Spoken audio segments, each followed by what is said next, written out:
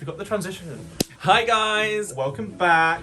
Today is Saturday, so you know what that means. It's Drag Race Day. Woo! So episode 2 of season 13 just dropped. I think we've got some things to talk about. We've got some thoughts, some feelings. Some shade. Let's get right into it. So first, we're going to talk about the eliminated queens. Yeah, all up in the pork chop loading dock. Mm-hmm. So it showed us that they all had to vote Survivor style and get rid of who they thought was the weakest. Who would you have voted out, actually? I think we all know who I would have voted out. I would have voted out Kimura because she was giving me nothing. Sorry to say it. I probably would have voted out Elliot with 2 T's. I was actually quite shocked that Utica ended up in the first sort of like... Yeah, I was as well. Standoff. Maybe they're threatened by quirky queens. Maybe. Or maybe we just seen the Jinx Monsoon revamp and they still don't value them.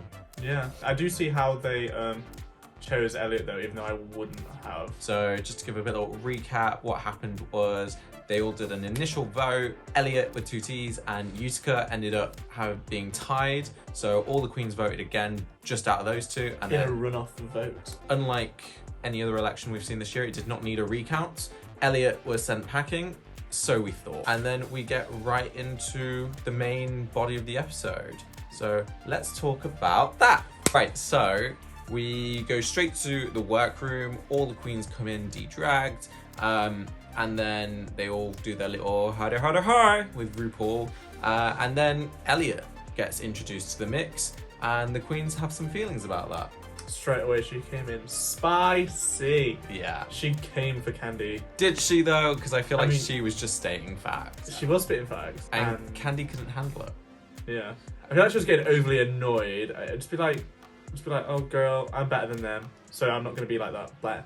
After that, we go into our first mini challenge, which was the miniest maxi challenge of all. 2 runway looks where they had to do a daytime look and a sexy nighttime look. Sexy. We're not going to go through every look because there's far too many and we do not have the time. Who were your top picks from that map? I liked Tomic first. Yeah. I liked her daytime look. I thought that was cute. Yeah, the rainbow cloud latex thing. I don't know. I'm stuck. I really liked Olivia Lux's look. Oh yeah, that was cute. Simone's look was really nice as well. Tina Burner's look I thought was quite cool. You didn't like Elliot's, did you? No, I didn't like Elliot's. I didn't like Lala Ree's either, like the first look. Oh, I really didn't like Candy's look either.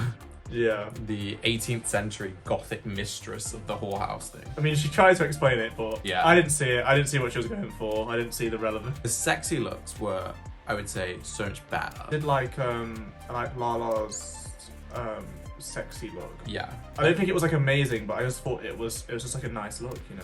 Yeah, I thought all of their sexy looks were pretty decent, to be fair. I was a bit unsure about Simone's sexy look. One, because I didn't think it was that sexy. I loved the hair and I loved the concept, but I just didn't really vibe with it. But yeah. Yeah. And then we move on to the maxi challenge. So next we're going to talk about the maxi challenge, which was like a performance challenge, like your own little rap singing verse and a little bit of choreo. Yeah, to Rupaul's song Congratulations, I think it's called. Yeah. Good promo. Let's talk about their rehearsals first. Miss Elliott decided to leave out that she was a choreographer.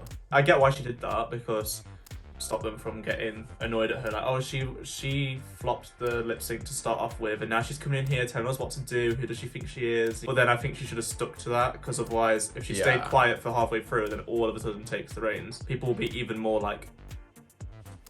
Yeah, I did think it was a bit odd that she didn't just stick to it. Like, I can imagine it was really frustrating for her to have to see these people struggling knowing that she could do it like that. But you chose that, so you made your bed, so lay in it. Going on to the actual main challenge, we had Gottmik up first. Her performance, I thought it was okay. I didn't think it was as bad as the judges said it was. I kind of agree with the judges. It was really timid. It wasn't really a thing. Like, I know it was a big thing for her to sort of hear the lyrics and obviously was announcing her sort of gender identity to everyone and her story, so I get that it was a bit emotional for her. Her performance lacked. Too timid.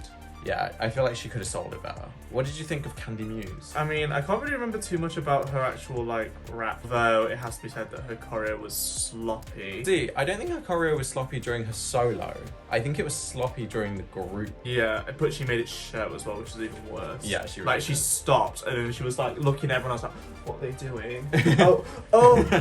Fake it till you make it, girls. Next we had Lala Ree. I feel like Lala Ree is like a bit of a dark horse. I feel like she's high energy. She really is, and she really sells it. Like, I was quite impressed. I, again, don't really remember her lyrics that much, or No, whether she me sang either. or rapped. But I do remember her performance being quite good, because I remember saying that I feel like I discounted her too much going into the season. I feel like she's... Yeah. Yeah, I she's feel like she's impressed me more of a contender than I imagined. And then who did we have next? Hi, it's Olivia Lux. Her vocals were beautiful. She had range. She had falsetto.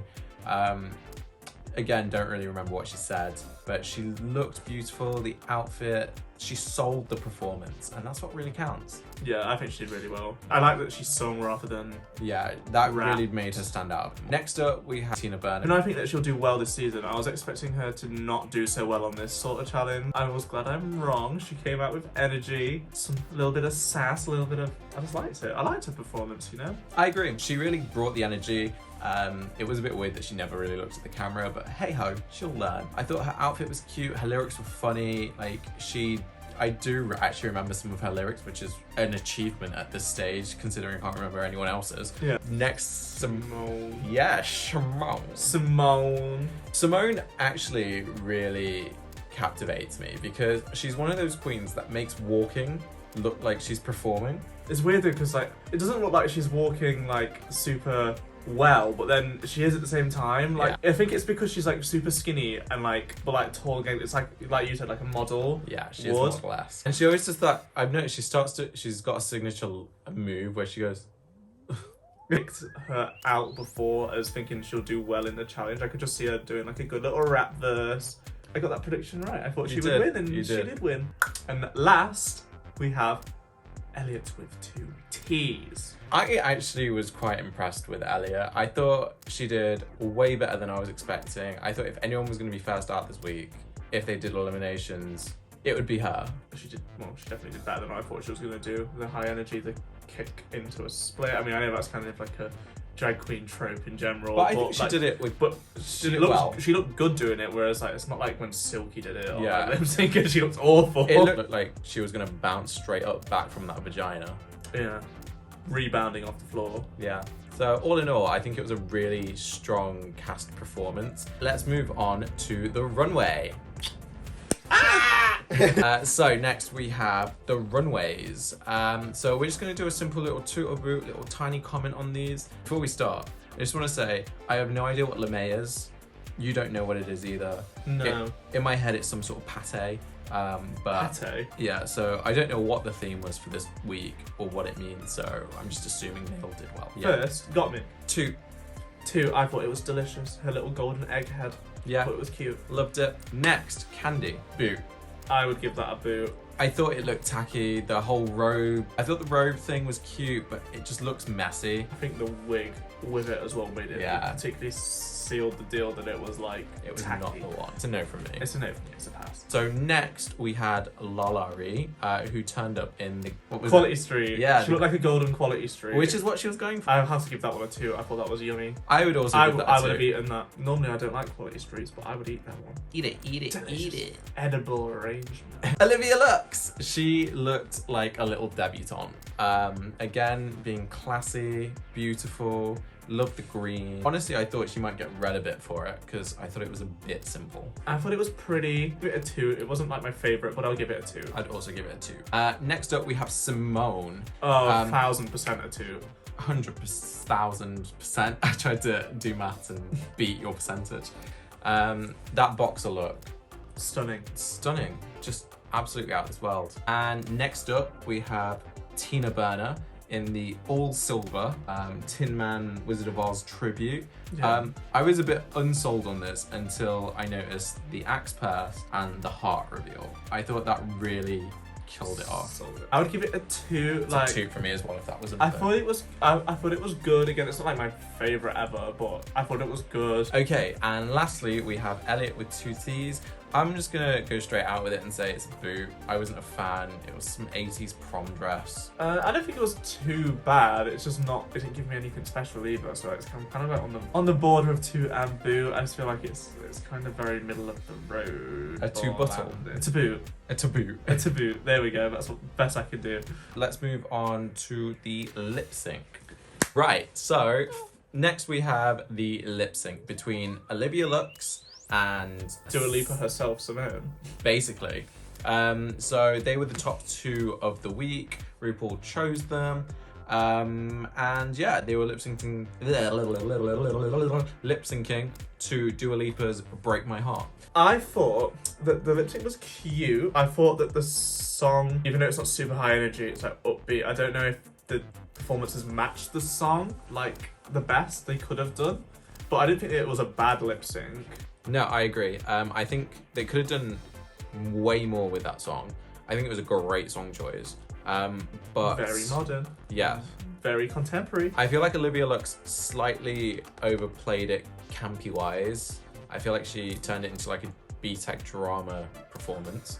But it was still good. I think Simone sold the vibe of the song more. If I had to actually pick one, so Olivia was marginally better. Yeah, I kind of agree. I was more entertained by Olivia's. Yeah, I think that Simone might have won it not just because of the lip sync, but because it's like for your legacy, they're kind of taking into account the whole challenge and like the runways and everything. And I feel like realistically, she should have won with everything factored in. Let's go into our overview. Yeah, that's it, babe. Sit all over me. Sit on it. What did you think of the episode overall, Matthew? I thought it was pretty good overall. I enjoyed that sort of challenge. I think it's more entertaining to watch, like the come up with your own rap verse or singing verse, whatever. I'm a little disappointed we have to wait until episode 4 to get someone eliminated, unless they eliminate someone in the bottom, but I feel like they won't because that's not really fair, since they didn't do it in the top either. But then again, they did win, so they don't deserve to go. Maybe they'll get rid of someone, but I feel like they won't. Yeah, it looks like we're getting another performance challenge next week. So that should be interesting to see how the other group do. Overall, I do think it was a really good episode as well. I enjoyed it. It was entertaining. I do really like the write your own verse and perform it episodes, which fun. I do agree with what you said while we were watching it though. I do wish they'd shown a bit of them recording their vocals and stuff, because I always think they're hilarious, but I suppose with so many queens, it must be time consuming. If it's the same sort of challenge next week, who do you think will win? Or do well? I think Rose will do well because this is what she does. Yeah, I was gonna say I think she'll probably win. I'm hoping Utica does well because I feel like her being so weird will create a nice little vibe on it, although I'm not too sure how she seems on the dancing front based on her lip sync. Who else? I feel like Denali could probably do well. Yeah, I really think Rose will win it though if it's the same sort of challenge. I agree. It's the Jan episode. It's the Jancy. Thank you guys so much for watching. Let us know what you thought in the comments below and tell us whether you thought we were right or not. Yeah. Thanks for joining us. We love a healthy discussion. We do. Please subscribe if you haven't already. We do these videos every week. Keep watching them. Don't be shy. Keep coming back. We'll see you next week for episode 3. Can't wait. Ow.